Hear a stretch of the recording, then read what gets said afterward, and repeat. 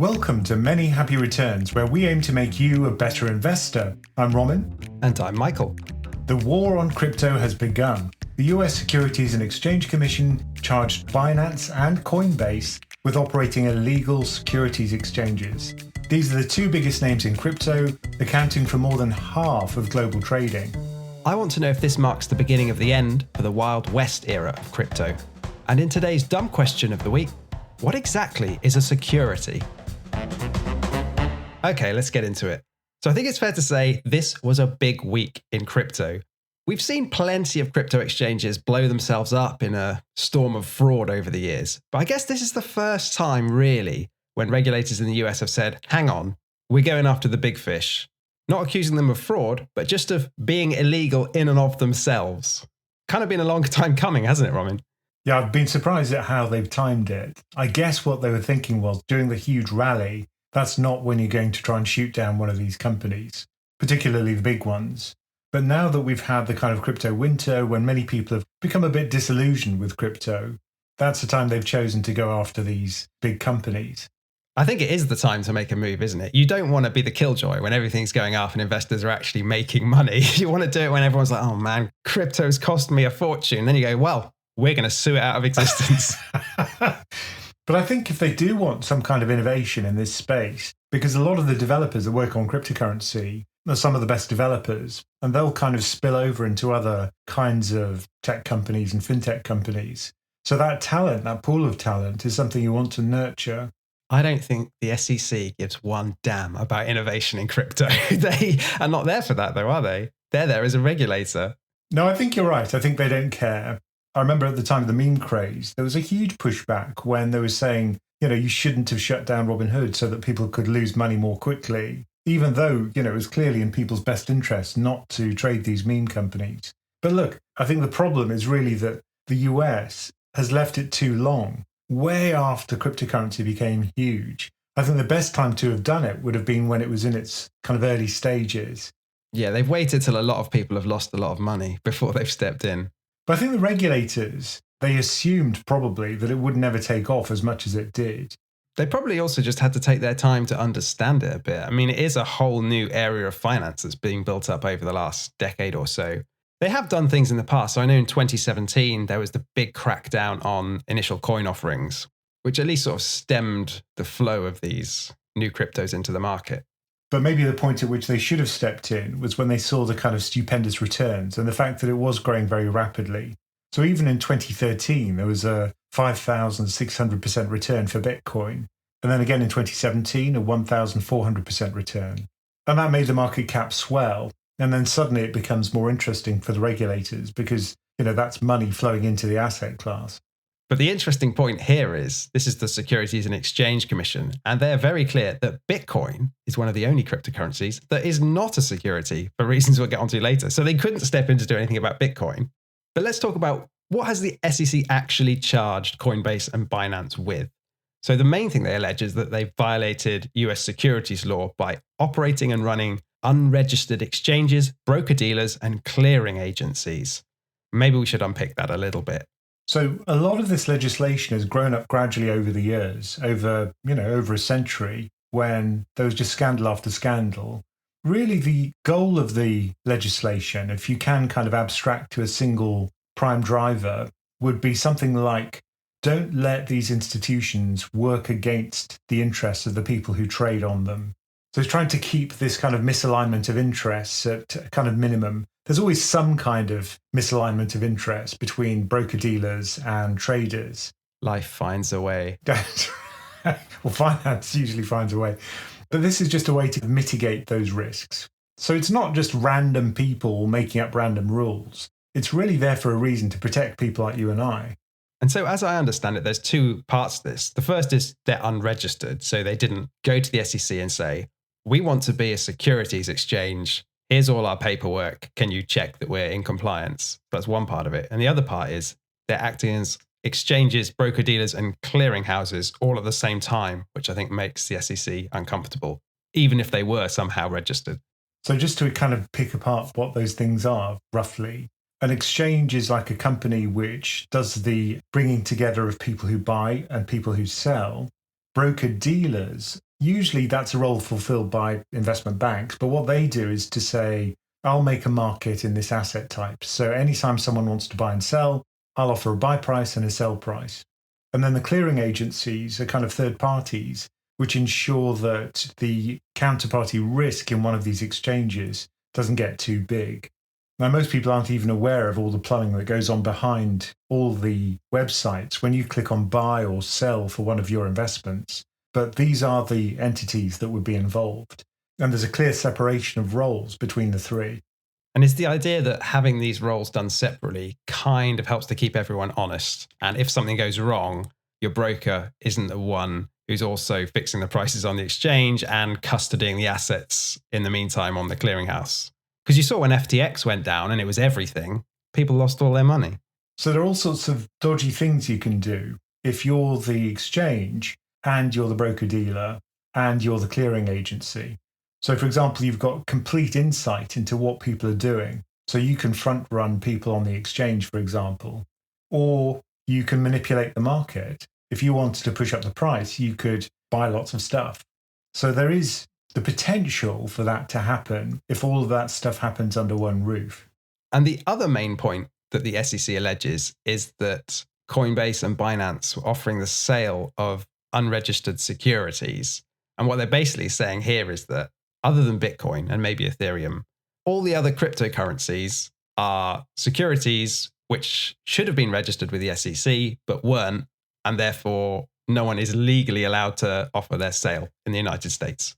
It's interesting that the complaints against Coinbase and Binance, the core of them is the same, but the way they're presented is different. So Coinbase is kind of the more institutionally friendly, compliance-focused exchange, whereas Binance is a bit more Wild Westy, and that comes through in the complaint. So Binance is also accused of commingling its assets, so keeping customer money in the same place that it's keeping its own money and the money of a trading company owned by its CEO, which is all starts sounding a bit crypto-like, isn't it? And a bit FTX-y as well. Yeah. And I think the word yacht comes up. They bought a yacht somewhere. That's always a red flag. But I think the thing about Binance as well, if you read some of the legal documents, it really was Wild Westy kind of exchanges going on in the background. I mean, they have accused Binance of things like wash trading and inflating their trading volume. Yeah, so wash trading, just to explain, is when you buy something from yourself, so it looks as if there's lots of volume when in fact there isn't. And you can also manipulate the price that way. So this is yet another thing you can do if you've got a slightly friendly compliance department where you're paying their salary. Because when you put the two complaints against Coinbase and Binance side by side, you read them and you think, what Coinbase has basically done wrong is it hasn't complied with the law to register itself.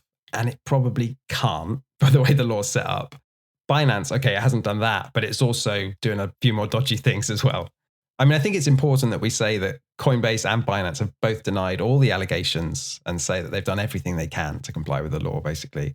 And then, of course, they gave it a nice crypto twist. So Coinbase issued a Stand with Crypto commemorative NFT. It seems like, when you're getting sued by the SEC, doubling down with issuing an NFT. Yeah. The court case commemorative NFT. Yeah. Why would you do that?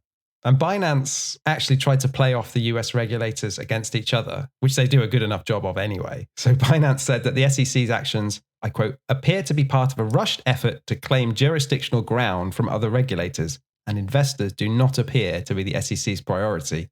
I have some sympathy with that point of view, because it does seem like the CFTC and the SEC and the Chicago Mercantile Exchange and the Financial Industry Regulatory Authority have all been competing with each other for who gets to sue crypto first. Do you remember that scene from Airplane where everyone's queuing up to beat up the person who's lost control? Yeah. I mean, this whole thing reminds me a bit of the last act of The Godfather, where it's just like the five families all get bumped off at the same time. The SEC's just gone for Binance and then literally the next day sues Coinbase. It's rich for memes, isn't it? So I think this is good in a way. This has got to happen at some point for cryptocurrency. It's got to grow up and it's got to have some kind of regulation in place. I think the big question is whether it's the same regulation as you'd have for, say, a stock market exchange or a stock market platform where you can trade different stocks. Does that apply to cryptocurrency as well? Yeah, that's the central question for all of this. I think there's kind of a few approaches, isn't there? One is that the current regulation we have just doesn't fit. And no matter how hard someone like Coinbase tried, they couldn't be in compliance with the law. So if you're not willing to change the law, then you're basically saying you can't be a crypto exchange in the US and deal with US customers. But the other approach is saying, well, if you look at crypto, as we've seen over the last few years, there's a lot of scams, there's a lot of Ponzi's, and you don't regulate scams and Ponzi's, you prosecute them. And that is kind of the approach the SEC is taking. I think from my point of view as an investor, what I really want is the peace of mind that if I'm trading some of my own money, capital that I've worked pretty hard for something that I buy as an investment, really, I don't want things to stand in my way. I don't want high fees. I don't want to spend a lot of time doing the trade. But I also want a fair amount of confidence that I'm getting a fair price. And that price is driven by real market action, if you like, real traders doing real trades rather than some dodgy market which is being manipulated. So I think from my point of view, I see this regulation as a good thing if it stops that kind of market manipulation and from markets discovering a true price. Well, this is the SEC kind of saying there shouldn't be a market. Well, I'm not sure that's what they're saying. I think what they're asking for is some kind of confidence that when the market is created and when people do trade, that's what they get. They get a fair price and it's not an easily manipulatable price. That's what they really care about, I suspect. Okay, well, let me just quote Gary Gensler, who is the head of the SEC. So he told CNBC, "We don't need more digital currency. We already have digital currency. It's called the US dollar. It's called the euro, or it's called the yen. They're all digital right now." So to me, that kind of indicating the SEC is not so interested in making the rules friendly to allow compliance. It's more like the law says this stuff is illegal. We're going to shut it down. Yeah, I think that's a bit extreme. I know. I think that probably what will happen is they'll cave in some way, and it'll probably be political pressure that makes it happen. But if people want to trade this stuff, they'll find a way to do it. So I think the US has got to come up with some kind of legal protection for those people. And other countries have got to do it too. The Financial Conduct Authority in the UK has got to do something similar. I mean, if there was going to be an exchange in the US that was compliant, Coinbase was as close as it could really get. It is a US public company headquartered in Delaware itself. It's publicly listed on the NASDAQ. It went public in a direct listing in 2021. And what they say after this action, Coinbase says that the SEC itself approved them going public. So surely implicitly, you're saying our business is fine. Which is true. I think that was a real mistake by the SEC to say, look, we've looked at your application, which listed all of their activities. So it wasn't as if this was a surprise to the SEC. They said it was okay. They wouldn't have allowed it if they thought there was something questionable about the actual activities that they were going to be pursuing. I looked into this for me. Do you know why they allowed it? It was because in the disclosures in the S1 form you have to file to go public, Coinbase actually said there's a high degree of uncertainty regarding the legality of our operations and that regulators may disagree with the company's view that it was outside of the purview of the SEC. So it's kind of like they were approved by the SEC because they said we might be illegal. It's just a really strange situation. But what's odd is the SEC would have seen that and it would have been a red flagged part of the document anyway, the application. So how come they just said it would be okay? Because I think, well, it's probably a different department within the SEC, right? But also the purpose of the documents you file to go public are purely to explain your business and disclose any risks there are to investors. And as long as you've done that properly, you can go public as a stock. And one of the risks was the SEC might come for us. But look, if you said you were going to be conducting some kind of illegal business in your appendix, in the S1 appendix, surely the SEC would have said something about that. They wouldn't have just said, oh, fine. Yeah, we might be prosecuted for our heroin dealing. That's right. Yeah. Yeah, I guess it's this sort of uncertainty that was created by regulators and lawmakers where there was this grey area and no one really knew, I guess, whether it was illegal. And a similar kind of thing happened to some extent with cannabis companies, right? Where there was a disagreement between federal law and different states' law and companies are going public despite the fact they might be conducting illegal operations. Yeah, I guess ultimately that was successful, wasn't it? So these companies still do trade. They don't trade at a very high price, but they still exist. But I used Coinbase for a while and, it was a pretty good exchange. It was very clear, beautifully presented, very easy to do the actual trading. When I looked at the fees, though, and the bid offer spreads, it was just criminally high. And that's something I really objected to. They were obviously gouging people in terms of trading fees. And it's not because it wasn't liquid. The stuff I was trading was pretty liquid, but it was still a huge bid offer spread. Their revenues and their profits have dropped significantly, I think, since the peak of crypto trading a few years ago. But what I will say about the platform, which was great, was they actually let you do education about each of the different tokens, some of which have now been banned, and I'm sure we're about to talk about those. But they'd explain how each of the tokens worked, what role it kind of filled, and then they'd pay you in that token for doing the training, which I immediately, sold, of course. Yeah. But I think that's a great way to kind of teach people about something.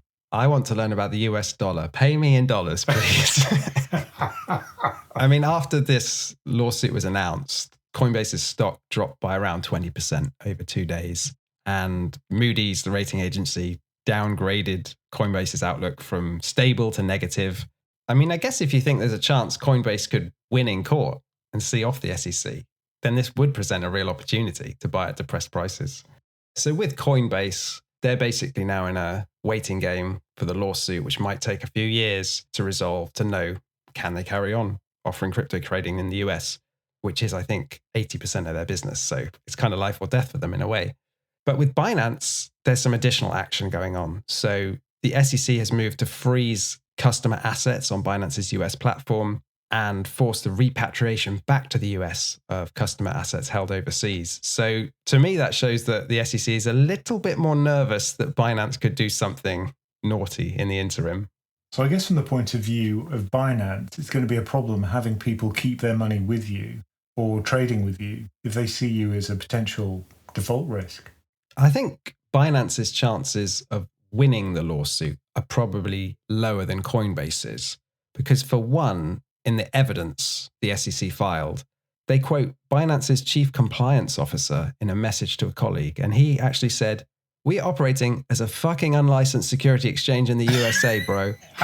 Which, that's a bit of a red flag, isn't it? I mean, Binance have a history of just putting stuff in messages that they probably shouldn't have been writing down. Because it's interesting that they were actually sued earlier this year in March by the Commodity Futures Trading Commission, the CFTC, who basically accused Binance of circumventing compliance controls. And the bigger thing was that they said Binance was not doing appropriate checks on customers' identity information. So they didn't really know who was putting money on their platform or trading. Because normally what happens is if you've got some clients trading with you, particularly big clients, you have to ensure that the money they've got is okay. It doesn't come from illegal sources. They're not politically exposed. The counterparty is someone who can be onboarded. Know your customer, right? Yeah. KYC rules are really strict. So let me read an extract from the CFTC's filing, and you tell me if you think this meets know your customer rules.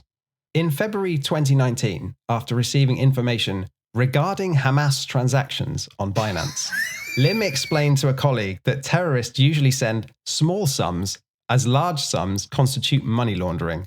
Lim's colleague replied, "You can barely buy an AK-47 with $600. And with regard to certain Binance customers, including customers from Russia, Lim acknowledged in a February 2020 chat, like, come on, they are here for crime. Should you be describing your customers as here for crime, Roman? Does that meet know your customer legislation? Well, they knew it. They just didn't not trade with the customer. That was the second step they forgot. So they knew the customer, but they just waved them in. Know your customer and wave them in, whatever they've done. So one of the biggies, if you're an exchange, is to stop these wash trades that we discussed earlier. And apparently the controls to stop that happening were virtually non-existent. So in the complaint, it says most notably from at least September 2019 until June 2022, Sigma Chain, a trading firm owned and controlled by Zhao, who's the CEO, engaged in wash trading that artificially inflated the trading volume of crypto asset securities on the Binance US platform. So it's very clearly laid out that, the controls just weren't there. According to the CFTC complaint, Roman, Binance did engage a compliance auditor. And I can read what they said about that auditor in their messages behind the scenes. Quote, just do a half-assed individual sub-audit on geofencing to buy us more time. That doesn't seem like the best brief to give your compliance auditor. But then in response, the Binance money laundering reporting officer, she said that she needed to write a fake annual money laundering report to the Binance board of directors. WTF. That's the message. I mean, they've got the bang to rights here, Romin. It's just all written down. So when CZ, who's the CEO of Binance, was talking about getting around geofencing, one of the things he said was, give them a heads up to ensure they don't connect to us from a US IP, that's an IP address. Don't leave anything in writing. Let's also make sure we don't hit the biggest market makers with that email first. Do you have Signal? I just love writing down, do not put anything in writing. Let's not keep a record of this crime, guys. All right. So I think the general gist of this is it's going to be tough in court for Binance, right? There's a lot of evidence. Whereas Coinbase, it certainly seems as if there's less juicy comments based on our extensive survey of Twitter. Yeah. But the thing with Coinbase, I've read the complaint and it's basically just like you didn't comply with the rules by not registering with us. With Binance, there's a lot of other stuff going on. I guess the question is it even possible to run a legal or registered crypto exchange in the US? I'm not sure it is, at least with the current approach of the SEC. And do you think that's because of the definition of what a security is? Yeah, so most of these things meet the test for a security, as we'll come on later, and they've not been registered by the people who made them, so you can't trade them. It's as simple as that. But why not try and register them? Well, it's not down to Coinbase to be registering these other things. They don't control Solana or Matic, do they? I wonder if they could have some kind of wrapper that does do that. I know a lot of the people in the US who are into ETFs have been saying these problems would have been solved if we had ETFs that could kind of wrap up things like Bitcoin, things like Ethereum. Yeah. If it works, it'll be Wall Street who jigs the rules so they can have a monopoly on it. But it would be very odd. You'd have to have some kind of indirection via a legal entity, and that would have to be held at arm's length from the actual trading company or the fund management company. I'm not sure how they do it legally, but certainly at the moment it hasn't been approved, despite all of the applications for a Bitcoin ETF. And I think that would be a good thing, because if it did happen, then the trading cost for starters would be much lower. And that was one of my big bugbears with crypto, was the fact that you traded at crazy bit off the spreads. So if this is a war on crypto, you don't think it's a just war? I think if the legal requirements to list in the US aren't met, then maybe it requires special legislation. If it is the case that you can't legally trade this stuff, it's clear that people will just go elsewhere. So you're not protecting your citizens, which is the whole point of having the laws in the first place. So that would be my concern, that if they do ban it, it'll just go underground. Kind of like drugs, this is the argument for legalizing drugs. Yeah. I guess if it's technically possible, especially with decentralized exchanges, which, if the SEC wants to sue them, who are you going to sue, right? It's just computer code living on everyone's computer. Then it's going to happen. And this was the other big problem with crypto exchanges, which is, where's it based? What's the legal jurisdiction? And that's another thing which I don't like about Binance. It's been very kind of cagey in a way about where it's based. Everywhere and nowhere, I think, is the answer to that one. But, there are times when you do want to have legal recourse. And if something goes wrong, you want to have very clearly laid down law.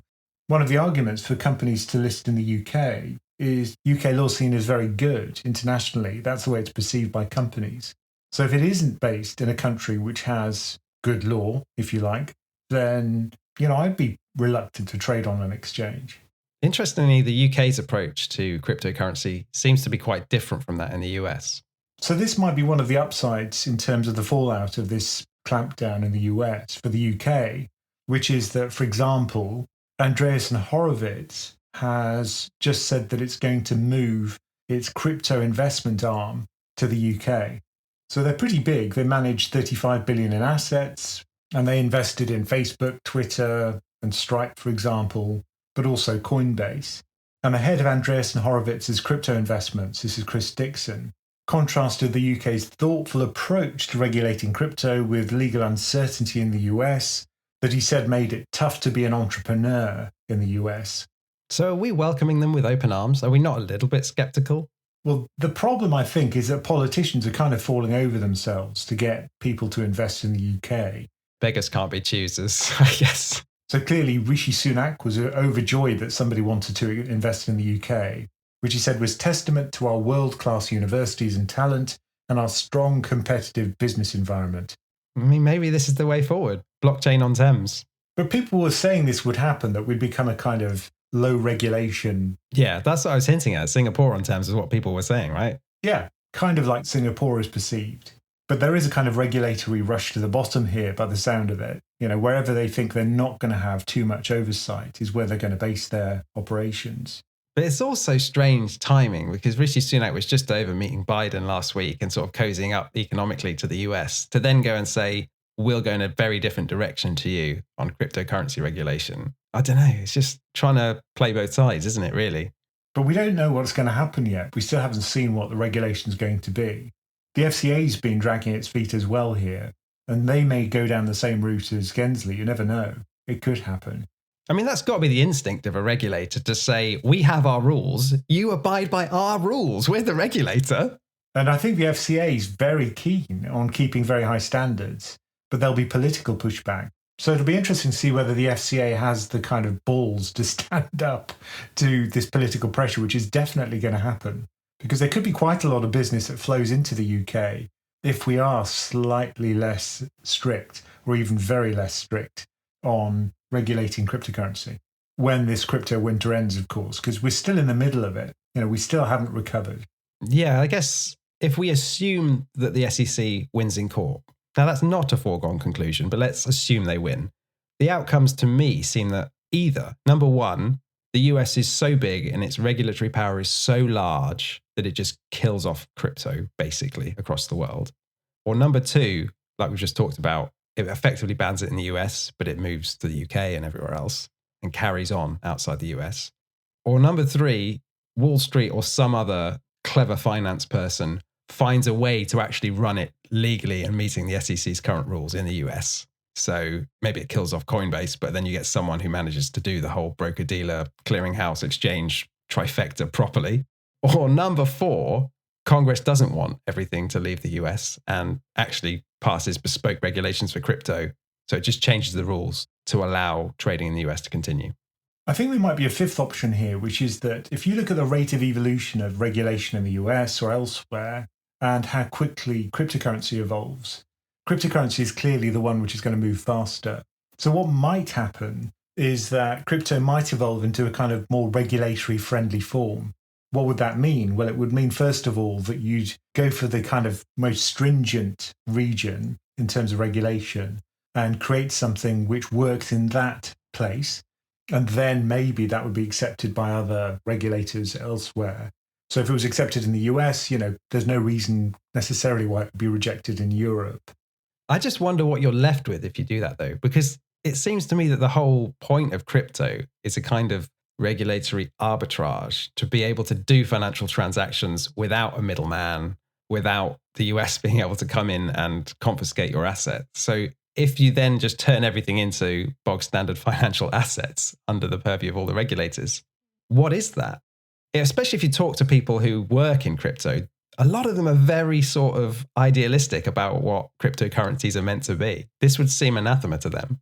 Certainly, if you don't want government to know about what you're doing and you want to keep government's nose out of your trades and your investments, then yeah, they're not going to trade that asset, clearly. But I think there's another group of people who like the idea of the kind of technological side of cryptocurrency and the idea of blockchain and aren't so paranoid about government. For those people, I think, certainly, this would be attractive. Plus, you'd get the comfort of knowing that it was fully regulated and that they couldn't do things like wash trades behind the scenes and act against your interest. Rug pulls. Rug pulls. Yeah, all those good things. But that's the thing. If you clear out all the scams from crypto, you're left with like 2% of the crypto universe. People can't get rich quick. It's the exchanges which are the really dirty part of the whole ecosystem. The cryptocurrencies themselves aren't necessarily the problem. You know, and all of the blockchains still work. Come on, Robin. There's 10,000 cryptocurrencies, and I'm willing to bet 9,500 borderline scams. Ponzi schemes, certainly, some of them, if they don't really add value, then yeah. A Ponzi scheme is a scam. Yeah, but if it's if you realize it's a Ponzi scheme and you're still willing to trade it, and you can't look at Bitcoin and not realize it's a Ponzi scheme, surely. There are pyramid schemes, for example, in America, which are pretty clearly Ponzi schemes, but people still allow it to exist. Now, we mentioned financial education earlier. You can also get that via PensionCraft. And if you want to learn more about that, just go to our website, pensioncraft.com. Okay, today's dumb question of the week is, what exactly is a security? Now, it seems that this is at the heart of everything here. Because if you're acting as an unlicensed securities exchange, it's because you're trading unlicensed securities as well. And in fact, none other than Taylor Swift is very clued up to the fact that some of the things which cryptocurrency exchanges trade are unregistered securities. So when she was approached to see if she'd be willing to do a sponsorship deal, she actually said, "Can you tell me that these are not unregistered securities?" This is with FTX, right? And that was with FTX, yeah. She's more clued up than most of the crypto industry. But what is the test? There must presumably be a test in law to say something is or isn't a security and under the remit of the SEC. So there was a Supreme Court case in 1946 in the US, SEC versus W.J. Howe Company, dealing with tracts of Florida orange groves sold by a company which was called W.J. Howe. And then those orange groves were then leased back to the company. And so this led to something called the Howe test, which has 4 parts. Hang on, you can't move on from orange groves that quickly. So did he win or did he lose the case? I have no idea.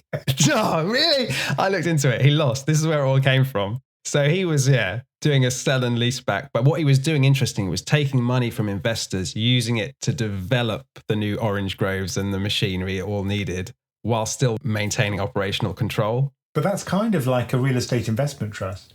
It's a security, yeah. And then the distinction came out of that, the Howe test. So this is a 4-part test. And the first one's pretty obvious. It's that it's an investment of money. The second one is that it's in a common enterprise. And number 3 is also pretty obvious, that it's with an expectation of profits. And the fourth one is that it's to come solely from the efforts of others, i.e. not the investor. Yeah, and that was what did for W.J. Howe, I think, was that it was the Howe company that was doing all the running of the orange groves business. The investors were just giving the money and expecting it to go up in value. So it seems like it's quite a clear distinction, but I think there's wiggle room on each of those points. So number 1, an investment of money. What's money? If you invest crypto into something, is that an investment of money? Number 2, it's a common enterprise. Well, how common? Like, how many people need to be involved, and what is an enterprise? So a lot of the time you see in crypto some like loose gathering of people working on it. Maybe it's open source even. Like, is that a common enterprise?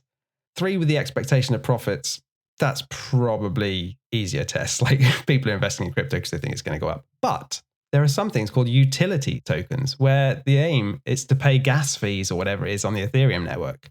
That's not necessarily the expectation of profit. So there's a gray area. And then 4, which is probably the most controversial, is to come solely from the efforts of others. This whole thing about the reliance on the efforts of others is an interesting one. And the SEC's description of a security, which is laid out beautifully on its website, is really clear, I think. It talks about something called an AP, an active participant. And the big question is, does the purchaser reasonably expect to rely on the efforts of an AP? Now, what's odd about cryptocurrency is that the management often appears as part of the code. There's usually a governance token where these people who own the governance token can have a say in how the thing's regulated. So there is a kind of management structure there, but it may not fit the mold of what the SEC is looking for. So to be more specific, the SEC says an AP might create or support a market for the price of the digital asset. This can include, for example, controlling the creation or issuance of the digital asset, or taking other actions to support the market price of the asset, such as limiting supply or ensuring scarcity through, for example, buybacks or burning. So that's written broadly, and that covers a lot of cryptocurrencies. They often have this burning mechanic in there where the supply gets reduced over time, kind of like a share buyback. And that's the point. All these things are like, it's kind of like a dividend or a share buyback. Because when you think about what a coin offering is, It's basically a group of people who get together and say, we want to take investor money, build this coin, issue it to market, which we'll work on together, and then there'll be profit and your coins will go up in value. That's a stock. By any other word, that is a stock. It pays dividends. Yeah. Staking is paying dividends, right? And if it quacks like a duck and it looks like... The SEC will sue that duck. And they are ducked. So the SEC has laid out a non-exclusive list of coins which it thinks are securities. And some of these are pretty popular. So things like Solana, Cardano, and Polygon. We mentioned Matic before. It's not the big ones, though. I don't see Bitcoin or Ethereum listed there. No. And this is a point which I kind of disagree with. Interesting. So I think the SEC is saying Bitcoin, it does not consider a security because it doesn't pass the Howey test. And the reason it doesn't pass is that it actually never raised public funds to develop its technology. It just developed it open source on its own and released it into the world. So point one, no investment of money. Yeah, I don't buy that. I don't really buy it because I suspect a lot of the money that went into developing the infrastructure behind Bitcoin, that came from the companies that were involved in cryptocurrency. So it's not a direct investment in the technology from the ground up. It probably started off as an open source project and then more funds came in because it became very successful. I think that's a kind of arbitrary separation. I think they've just said, well, we probably can't go for Bitcoin and Ethereum because they're too big. Yeah, I think that's part of it, isn't it? It's like they're too big, too established. You can't really take down Bitcoin and Ethereum. And also, who are you going to sue? You can't sue Satoshi. No one knows who he is. You can't say you developed an illegal security. To be honest, I actually do agree with the SEC here. I think there is a distinction between Bitcoin and these other ones, which are clearly issuing stock, but calling it something different. The thing is, you can generate a profit from Bitcoin by various methods for yield farming. So you can still generate an income, not directly from the kind of mechanics of the blockchain itself, but simply by lending. But maybe this is laying the groundwork for eventually having something like a Bitcoin ETF or an Ethereum ETF. Yeah, Ethereum, I think, is slightly less clear because it did raise money effectively in an ICO, an initial coin offering, but it's become too big, I think. They waited too long and the rules were so unclear at the time. It was before the big crackdown on coin offerings. I mean, this whole question of what is a security, what isn't a security, what are the rules? Let's be honest, it has been a big grey area. And up until recently, the SEC probably hasn't been that forthcoming with guidance to crypto exchanges about which ones are and which ones aren't. And so it kind of left them to their own devices. And Coinbase and some of the other crypto platforms worked together in 2019 to create a crypto rating council, the CRC. And the whole point of this was to try and do a survey based around the Howey test to come up with their idea of whether something was a security or not. And it does play quite a major role in the SEC's complaint against Coinbase because it shows that they knew that these things could be securities, right? Yeah. They were considering this. And they say in their lawsuit that Coinbase more than doubled the number of crypto assets available for trading on the Coinbase platform between late 2019 and early 2020. And then again, it doubled it in 2021. During this period, Coinbase made available on its platform crypto assets with high risk scores under the CRC framework it had adopted. In other words, to realize exponential growth of the Coinbase platform and boost its own trading profits, Coinbase made the strategic business decision to add crypto assets to the Coinbase platform, even where it recognized the crypto assets had the characteristics of securities. So I think what the SEC is kind of saying is, you did a lot of this due diligence, and then you just went ahead anyway. But the fact that it was a graded classification system from the Crypto Rating Council suggests that it's not very clear-cut.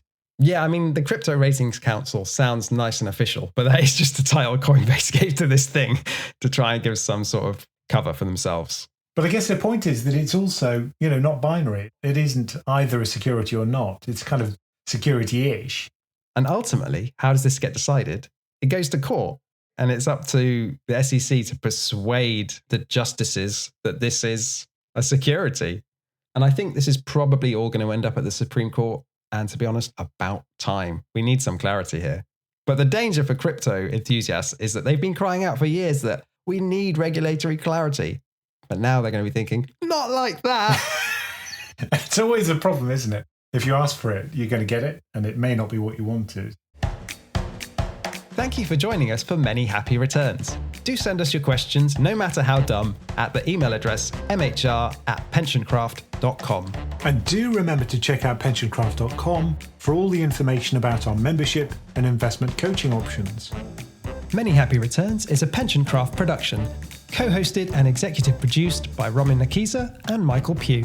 This podcast is for informational and entertainment purposes and is not financial advice. We do not provide recommendations or endorse any decision to buy, sell, or hold any security.